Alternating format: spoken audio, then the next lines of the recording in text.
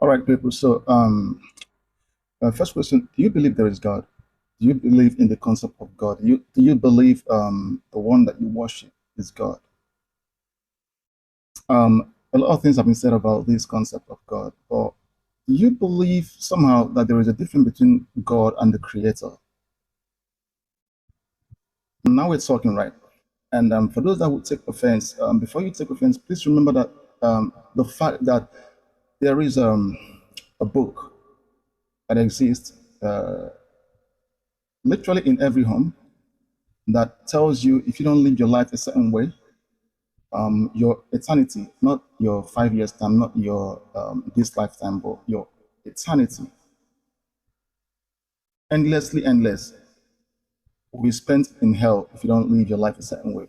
And before you get angry, ask yourself in your entire existence on earth, have you ever taken a year or two from the amounts of years you've been alive to actually study this book from the first page to the last page?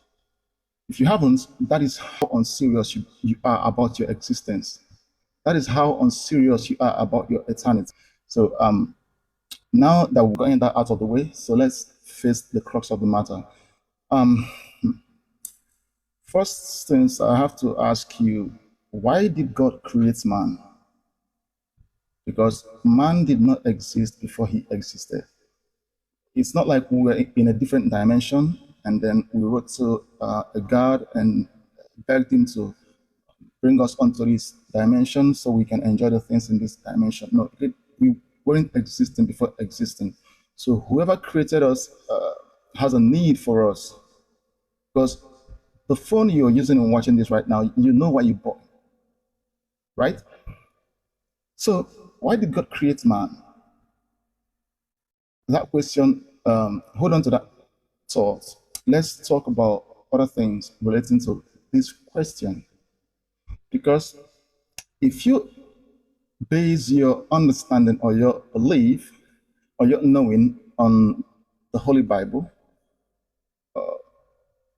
do you think the person who put together about 86 billion neurons in the human brain, about 40,000 neurons in the heart, do you think the person who made this entire being out of 30 trillion cells, put them all together, that level of intelligence, that level of craftsmanship and design, do you think such a person who said, let there be light and there was light, would get to a point where he wants his creation to know about him, to know his ways and how to follow his ways, and he would beg man, he would solicit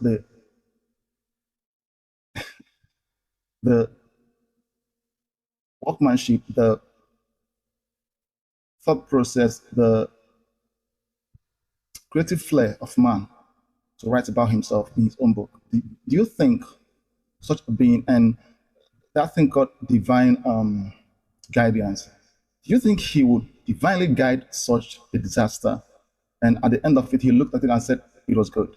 The way he looked at creation, he or she, because I don't even know the gender. Let's start with my own opinion. I think there is a creator. I don't believe in the Big Bang theory. No, I am not atheist. I am not Christian also. I'm not Muslim. Um, some people will say deism, but that's still a new concept. But I don't believe I have to be anything. I just have to be me, myself, human being, right?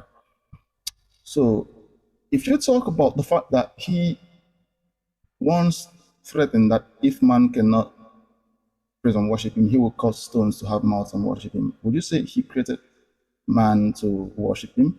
Then the question would be, who is he dragging supremacy with for him to need a multitude of people to sing his praises and worship him? Did you know how insecure and superficial someone has to be to desire praise and worship to a point of creating a people, a thing that will sing his praises to him? And if you also put that to the fact that when you die and make heaven or whatever, you get to sing his praise forever. Would that be the reason? Does that make sense as a reason? Does that sound like something in your own benefit? Or let's also talk about the fact that in Isaiah 46, verse 9 to 10, I think, and also in the book of Revelation, I think, where he said he is omnipotent and omniscience. Let's talk about omniscience. It means all knowing. And he said he knows the end even from the beginning because he made them all, right?